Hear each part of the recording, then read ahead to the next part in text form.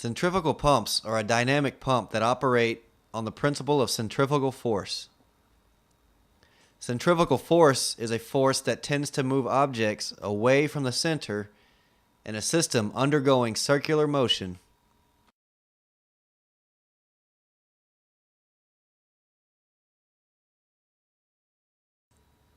The casing on a centrifugal pump is designed to contain the fluid, form a volute, and hold external and internal parts together.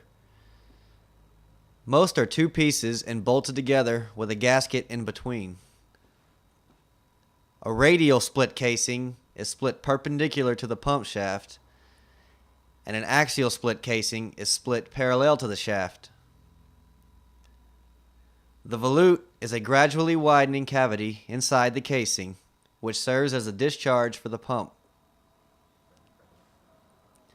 The inlet to the valve is commonly referred to as the suction eye. Fluid enters from the center and is spun outward to the volute by the impeller. In order to operate correctly, the inlet line must be primed. The impeller is a set of blades that rotate around the drive shaft, which spins and transfers the fluid from the center to the discharge. The driver can be either an electric motor or steam turbine. The shaft is what connects the driver to the impeller. The stuffing box and packing gland hold the packing against the shaft and casing. This allows shaft movement through the casing while at the same time preventing leakage from the pump.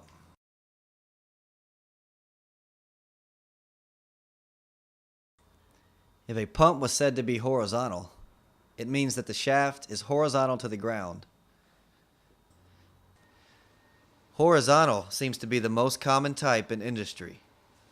However, vertical pumps are more compact, winterize better, and tend to have lower installation costs. The simplest type of centrifugal pump is a single-stage pump. A single stage has only one impeller. In a multi-stage pump, the fluid enters the suction eye of the first stage impeller and is sent into the suction of the second stage impeller.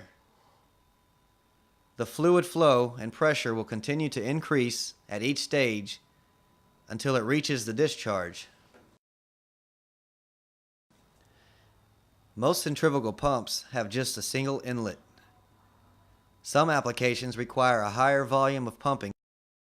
In these circumstances, a pump with more than one suction can be used.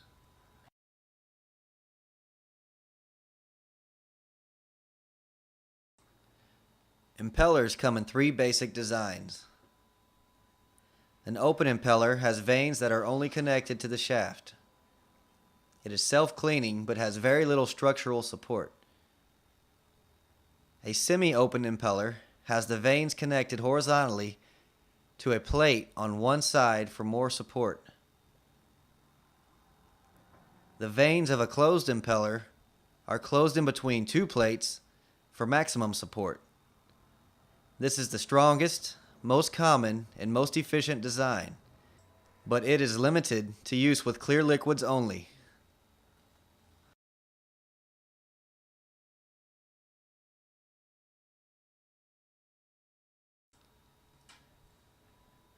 Pressure head is a convenient term used in pumping to describe the pressure required to force liquid into a pump. In order to calculate the system, you will need to know the static head on both the suction and the discharge side of the pump. In addition to static head, there are two more heads you will need to know to complete the calculation. The static head of a pump is the maximum height or pressure it can deliver. Static head is due to gravitational force on a column of fluid.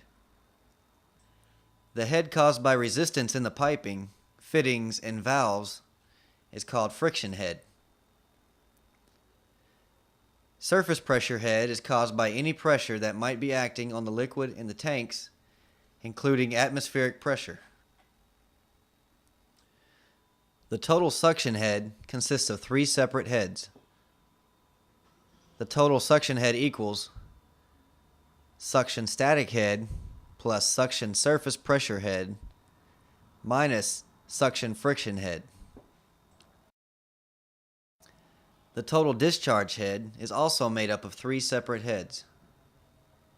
Discharge head equals discharge static head plus discharge surface pressure head plus discharge friction head. To calculate the total system head, subtract the total suction head from the total discharge head.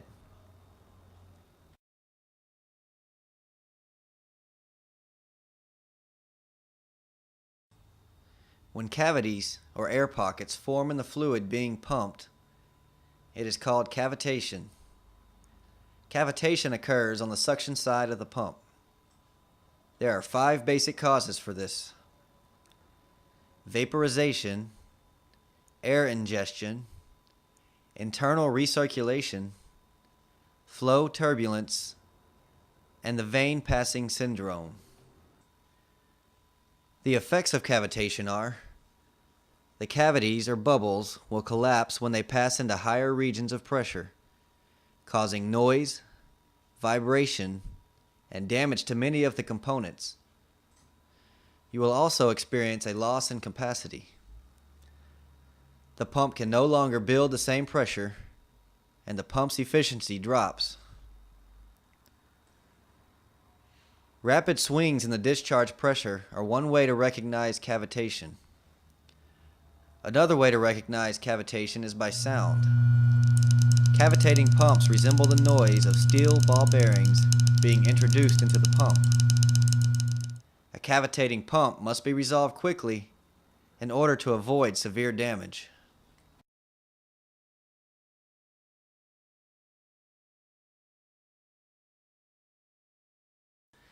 Some advantages to centrifugal pumps are cheaper costs and less maintenance and space are required.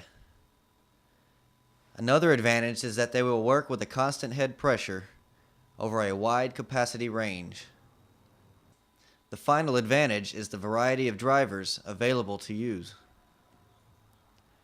Centrifugal pumps do have some disadvantages too. They are not self-priming and respond poorly to viscous materials and suction pressures.